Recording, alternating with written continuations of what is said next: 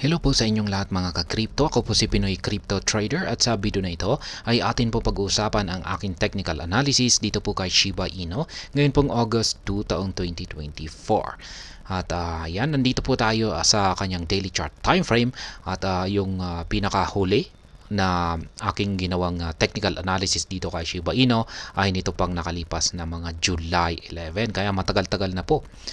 At yan, bago po tayo magpatuloy ay nais ko lamang po munang bigyang linaw ang aking disclaimer kung saan ang nilalaman po ng video na ito ay hindi po ito isang financial advice. For education and information purposes lamang po ang layunin nito.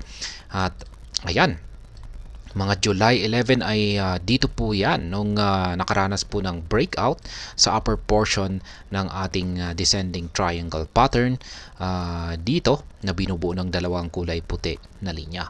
Ayan, nakaranas po siya ng breakout noong nakalipas po na mga July 9 at ito po ay nagko-consolidate, kumukuha po siya ng buwelo para ito ay umangat. At ayan, sinundan po ito ng kanyang pag-angat sa presyo kung saan ay nagawa po niyang basagin yung major resistance line natin na 40 digits 1771. Yan, umangat po siya sapagkat sinabayan po niya yung pag-angat ni Bitcoin. Meron po tayong technical analysis kanina kay Bitcoin. Kaya pag hindi po nyo napapanood ay panoorin po, mas maiging panoorin na rin po ninyo.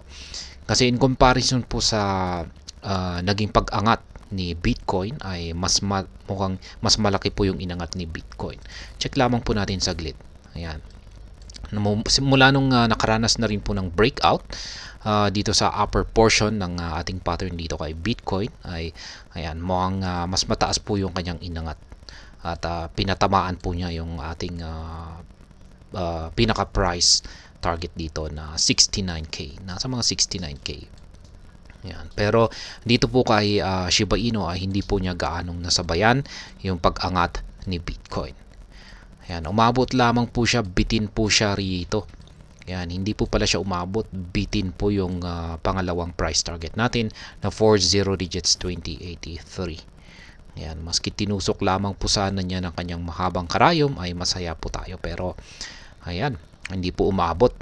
Pero gayon pa man ay masaya pa rin po tayo sa naging trade natin dito kay Shiba Inu sapagkat nitong nakalipas po na mga July 14 ay dito po niya nagawang tagusin yung major resistance line natin dito na 40 digits 1771 kung saan ay meron po tayong nakaabang rito na isang sell pending order or take profit. Kaya ayan, na-triggered po yan at nakapag-take profit po tayo rito. Ayan, nakabili po tayo rito noong nakalipas na July 4 sa support line na ito at kaya ayan, meron po tayong nabenta rito. Kaya ayan, yung sumunod na price target po natin dito ay hindi po niya nagawang patamaan or tusukin man lang. At simula po rito ay yan, nakaranas na po siya ng pagbagsak at muli po siyang bumalik dito sa ilalim ng ating major resistance line na 40 digits 1771. Nung na-trigger po pala yung ating sell pending order dito ay nag-set na po ako kaagad ng isang buy pending order dito sa major support line natin dito sa 4 na nasa presyong 40 digits 1484. At kahapon ay napakalapit na po niyang patamaan ito. Kaso hindi po umabot yung kanyang karayom. Kaya nananatiling active pa rin yung buy pending order ko rito sa major support line na ito. Pero sa tingin ko ay sa mga paparating na araw ay tuluyan na pong matitrigger yung buy pending order natin dito. Kaya ayan. Ngayon yung nakikita ko po rito na magiging galaw ni Shiba Inu sa paparating na araw ay mukhang magpapatuloy po ito sa kanyang pagbagsak at solid po niyang babanggain yung major support line natin dito sa ibaba. Ayan, ang 40 digits 1484. Sapagkat mapapansin po natin na yung kanyang Hall Street indicator dito mula sa pagiging kulay green ay naging kulay red na po siya. ibig pong sabihin kung pag kulay green ay bullish po ang momentum ng market ni Shiba Inu, ibig pong sabihin ay paangat po siya. Pero kung pag nagbago yan at naging kulay red, ibig pong sabihin ay pabagsak naman po siya.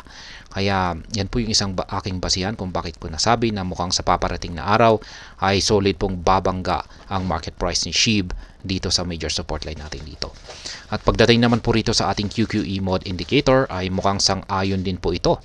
At sapagkat mapapansin po natin na lumalaki yung mga sukat nito at yan, naging kulay red pa ito. Ibig pong sabihin ay bearish po ang kalagayan ni Shiba Inu. Kaya dahil sa mga signals natin na yan ay yan po yung aking naging pinakabasihan kung bakit ko nasabi na mukhang sa paparating na araw ay susubukan ng mga bears na basagin yung major support line natin dito. Ayan. Pero sa tingin ko ay magiging matibay ito at posibleng tatalbog ang market price ni Shiba Inu kung di po niya kayang basagin ito. Pero pag mababasag po ito ay ayan, mukhang malaki po ang mararanasan na pagbagsak itong si Shiba Inu kung sakaling bumigay po yung major support line natin na ito.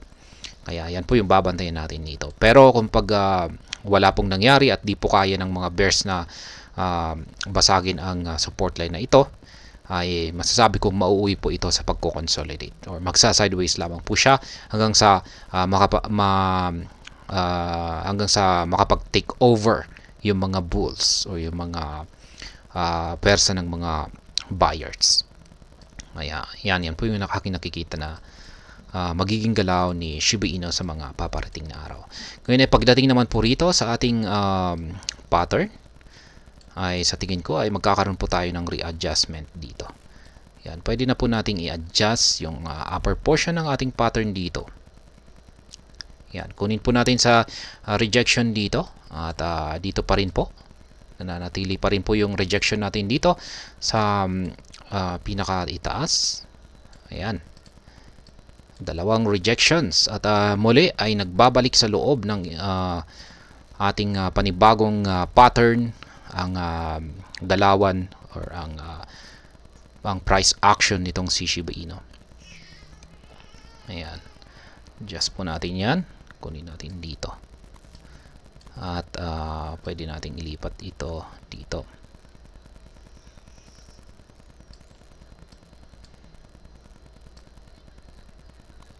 Kaya yan po yung panibagong pattern natin dito. Isa na naman pong descending wedge pattern.